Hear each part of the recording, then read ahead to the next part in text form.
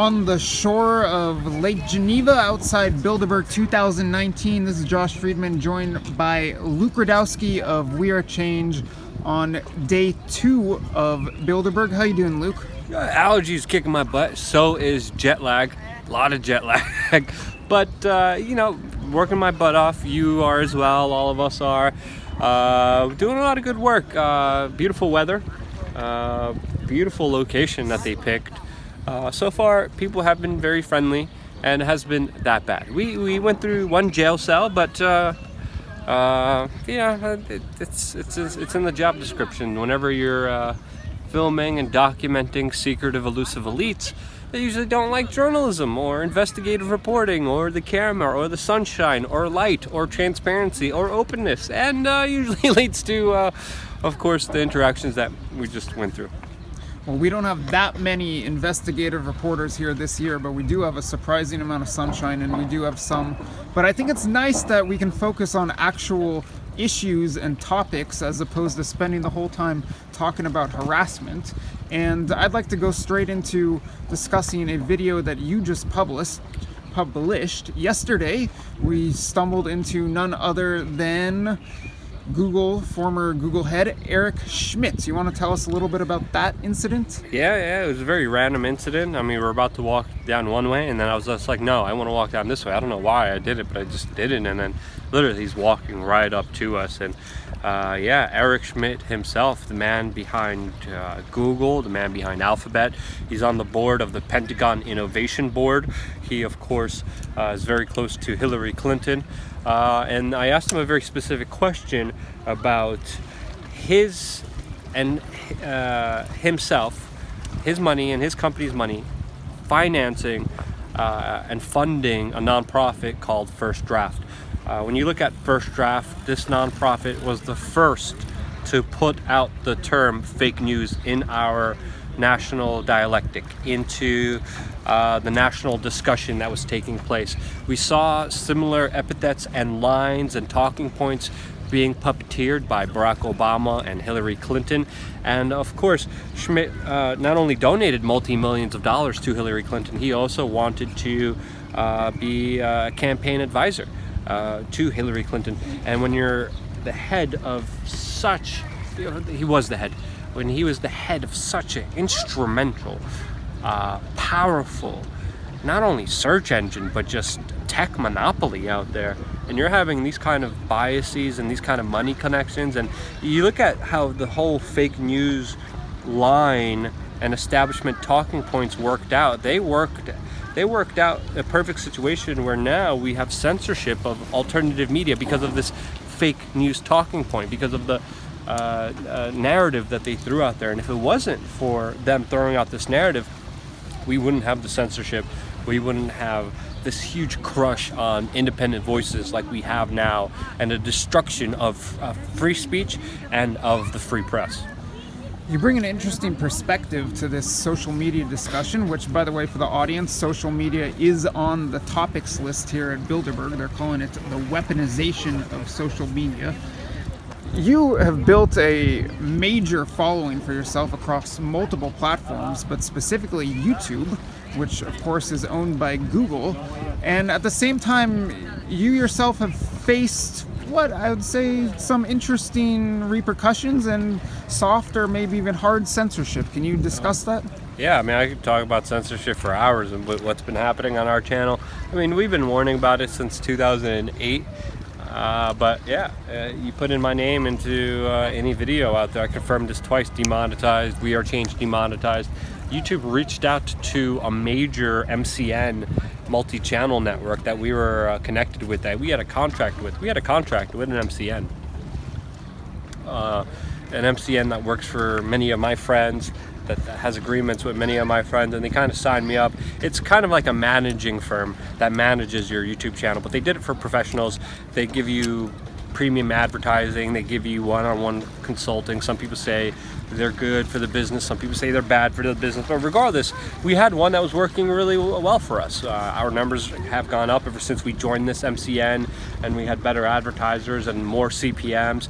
And then YouTube, literally, this is just one example of like 25 that I could name off. But just YouTube contacted them and said, hey, end their contract. We had a 1-year contract, ended it within a few months. And they wrote to me and they're like, yeah, YouTube contacted us and said we have to get rid of you as one of our clients. And I'm like, why? Well, we can't tell you more. But this was confirmed also by Tim Pool. And they sent an email saying, yeah, YouTube is forcing us to get rid of you as a client. And it sucked because that deal was working out well for me. And they literally contacted a third party, reached out to a third party that I had a contract with and said, cut it. And they cut it, which sucks. That's just one instant of so many other instances that I can mention of just finagling and manipulating and not just deranking us, not just unsubscribing people from us, not just demonetizing us, but just a direct attack and assault on independent journalism, which of course we are all about. Again, you know, when, unlike the mainstream media, if I have an opinion, I tell you it's my opinion, which you deserve to know. Other than that, I do a lot of on-the-ground reporting that just is objective and shows you, hey, this is what's happening here on the ground. It's not that hard to be a journalist. It's like point and shoot. You don't even have to talk sometimes. And that's what I do. And I decide to point and shoot where they don't want any transparency, where they don't want any light, where they don't want any discussion, where they want you to shut up, acquiesce, bow down, bend over, and take it up the you know what, because they know what's right for you and their special interests. Well, I don't suppose it helps your standing with YouTube that you're running up to Eric Schmidt and asking him rather challenging questions. That was the second time, right, that you've done that? Yeah. Well, it was We Are Change. Last time Bilderberg was meeting in Switzerland, we also got him in St. Moritz. My friend Matt did one-on-one. I had to leave early for a speech I had to give that year, and my friend Matt got him really well. But yeah, it's dumb. It's really dumb, especially since most of our money used to and still does come from YouTube.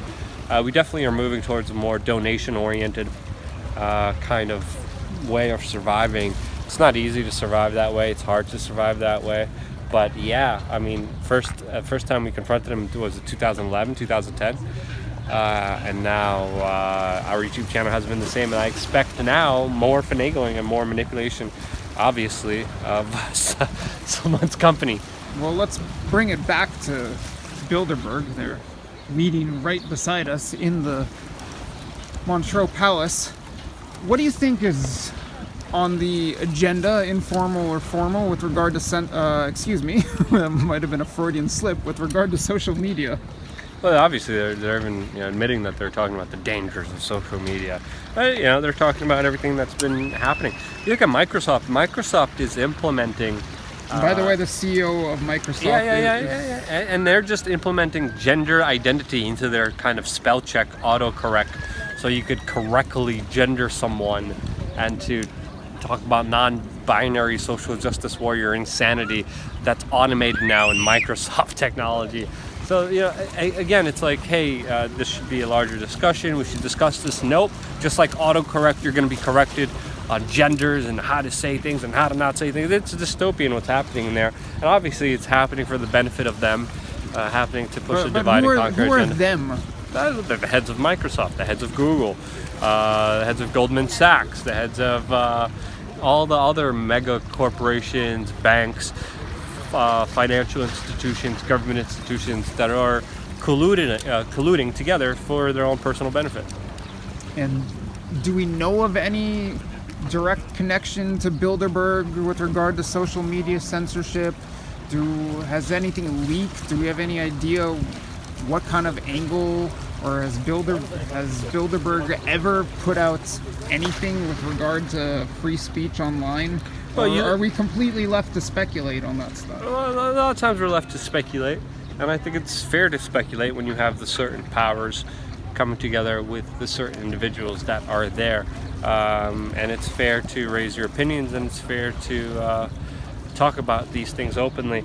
They were talking about an internet ID years ago, way before any of this even got into the national dialectic. The Bilderberg group? Yeah. They were talking about an internet ID, tracking everyone, making sure if you want to, use the internet, you got to have an ID for it, and that's pretty much ultimately what's happening right now. And you know, the identification aspect is, the licensing aspect is deciding, yes, you are worthy of having an opinion online. You are worthy of having a license and being able to use it, and you are not, because we don't like you and we deem you as a dangerous to society. I think it's fair to speculate that that was the major kind of talking point that they were discussing when they were discussing the internet ID, way before any of this censorship talk, way before any of this other hooey and malarkey that's happening now. Any insights into why you haven't been given the boot from social media the way some other figures have in the past year? Or maybe you actually are. Maybe tell us about that. Have you lost any platforms? Access to any platforms? We lost Facebook. We had 600,000 people on our Facebook, and that was just taken away from us. My personal Facebook fan page taken away from us. My personal Jason Burmes's personal Facebook page taken away.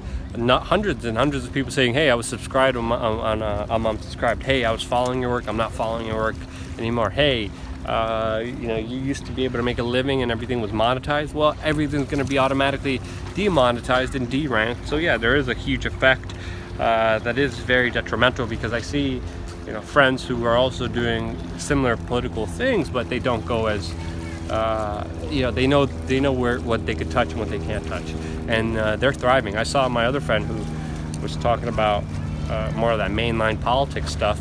He was getting the same amount of views as I was per month, but he was earning 7 times more.